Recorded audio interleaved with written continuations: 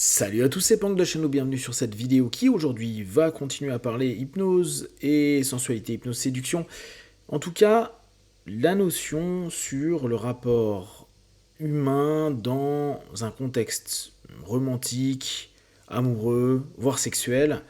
Et vos retours qui vraiment me font plaisir parce que je vois que c'est un sujet qui vous intéresse, qui vous touche. C'est vrai que le rapport à l'autre, surtout quand on veut construire quelque chose, peut être complexe et ça nous ramène à notre rapport à nous-mêmes. Et ce que vous avez beaucoup fait ressortir, c'est le fait que l'autre, une histoire avec un autre, le passé, vos expériences, ont pu créer des traumas, des mémoires, des façons d'être et de vivre qui vous font conclure, ok, moi je préfère être seul, ou je fais que recommencer des histoires dans lesquelles je retourne sur le même pattern. Pattern étant modèle, schéma, automatisé, pour la plupart du temps, une économie d'énergie, même si, paradoxalement, ça peut nous emmener à la destruction, de la souffrance, du mal-être, du malaise, etc. Parfois, on regarde vraiment à court terme, plutôt qu'à long terme, et on ne fait pas l'effort. Et là, je parle vraiment de quelque chose qui se fait automatiquement. Donc, on a du mal à rendre conscient les éléments pour se dire waouh, il va falloir que je modifie des paramètres, des cheminements, des réactions, etc. Et conclusion, le plus simple, c'est de se dire j'interromps ou je ne commence pas une relation avec quelqu'un d'autre parce que au moins ça m'évite la réactivation de mes ancrages, c'est-à-dire les réponses, là encore de patterns, qui se sont automatisées après certains types de stimulus.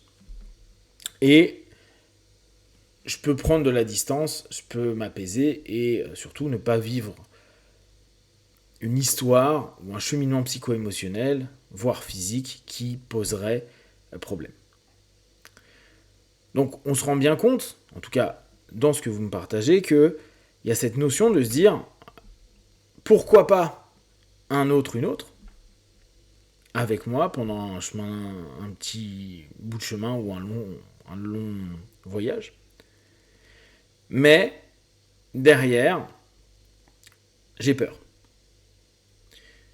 Et on revient sur des notions très simples, qu'on va mettre un peu en méta, pas que dans les relations humaines, qui est l'engagement. S'engager dans une aventure, que ce soit un boulot, que ce soit une formation, que ce soit un voyage, que ce soit même des petites choses du quotidien.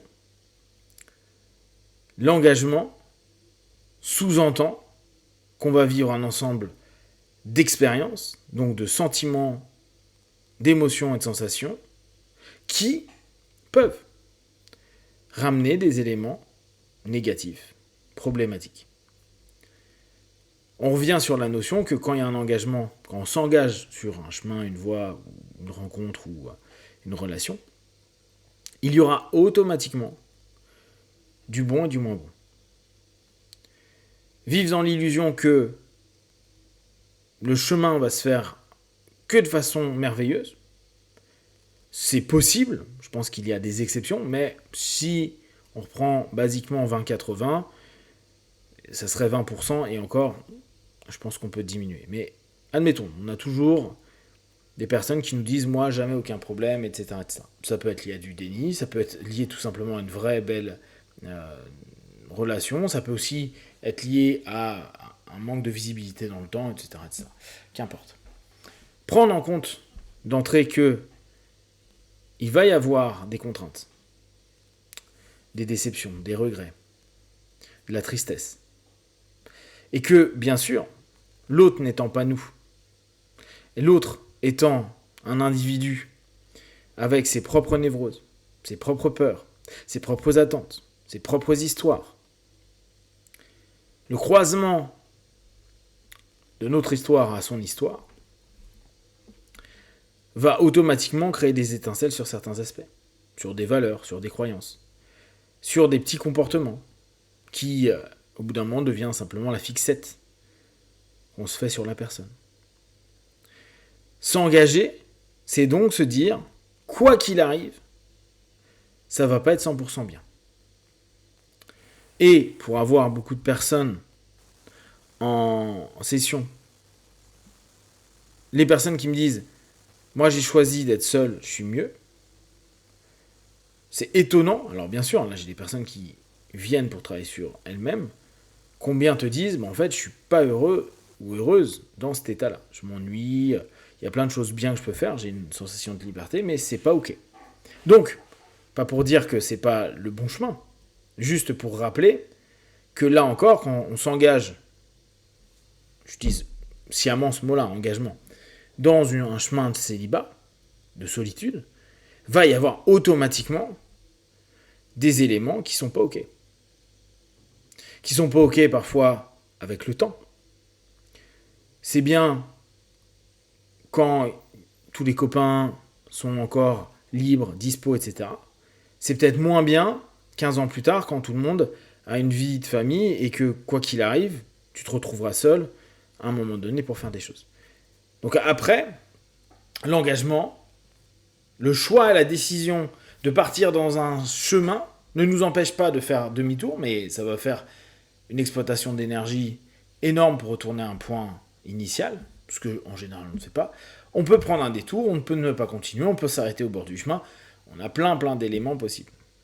Mais croire que ça va être que bon, c'est complexe. Commencer une relation en se disant « Ah oui, mais potentiellement ça ne va pas être que bon », c'est vrai que c'est pas sexy, c'est pas ce qu'on aimerait. On préfère se dire « J'aime bien être dans l'illusion d'un départ à me dire où tout est merveilleux ». Mais plus on se plonge dans cette illusion, et plus il y a de fortes chances qu'on soit déçu. Vos propres pathos, névroses, mal-être, malaise, choses que vous n'avez pas vous-même gérées. Ok, certainement liées à l'autre, mais moi je suis toujours sur le principe c'est de la co-responsabilité. Surtout dans un cheminement amoureux, romantique, de couple, qu'importe comment vous allez le nommer. L'autre peut être fautif, mais qu'est-ce qui fait qu'on accepte cette faute ? Ou qu'est-ce qui fait qu'on se retrouve dans cette situation ? Ou qu'est-ce qui fait qu'on a décidé ceci ? Alors oui, on revient encore sur des retours que vous m'avez fait. Je m'en veux de ne pas avoir vu que la personne X ou Y, elle était névrosée. Bon, on a eu le cas de quelqu'un qui nous expliquait que c'était carrément psychotique. Donc j'ai un peu peur de mon radar, de ma capacité à me rendre compte qu'il y a des gens qui sont pas bien, pas sains, etc. Mais il y a plein de gens qui ne le sont pas, clairement.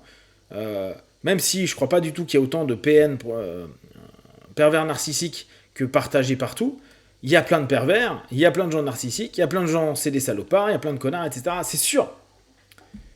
Mais n'oubliez pas, il y a un élément qui est intéressant, c'est que même le pire des pires, dans des relations avec une personne, n'est pas mauvais avec cette personne-là, mais avec le reste du monde. Donc il y a plein d'éléments, plein de facteurs. Travailler sur soi, et là on vient vraiment sur le cœur des principes de la thérapie, c'est de se dire, ok, je vais bosser pour m'apaiser, me calmer, et puis pour voir les patterns que j'automatise, pourquoi je choisis tel type d'homme, de femme, de personne à ce moment-là. Qu'est-ce qui fait que je veux récupérer le même cheminement où ça s'arrête toujours de la même façon. La personne me trompe, la personne me violente, la personne est distante, la personne disparaît. Qu'est-ce qui fait que dans cette décision première, c'est-à-dire dans la décision d'engagement, il y a déjà quelque chose qui est complètement foiré. Et c'est là où le travail sur soi, le questionnement, l'auto-analyse, ou bien sûr tout le travail avec votre thérapeute va être utile. Qu'est-ce que vous mettez en place ? Pourquoi vous le mettez en place ? Et ça ne veut pas dire que ça sera plus facile après, ça ne voudra pas dire non plus que automatiquement vous n'allez pas le recréer, mais à partir du moment où vous allez avoir conscience, vous allez pouvoir mettre un frein, vous pourrez dire stop plus tôt, vous pourrez peut-être même dès les premières rencontres, les premiers moments se dire ah il y a un truc qui est dissonant. Alors là aussi, à se poser la question, est-ce que c'est juste ma peur ou est-ce que c'est réellement une alerte ? Et ça aussi, c'est dans l'apprentissage, dans la découverte de soi, dans l'écoute de soi qu'on apprend au fur et à mesure.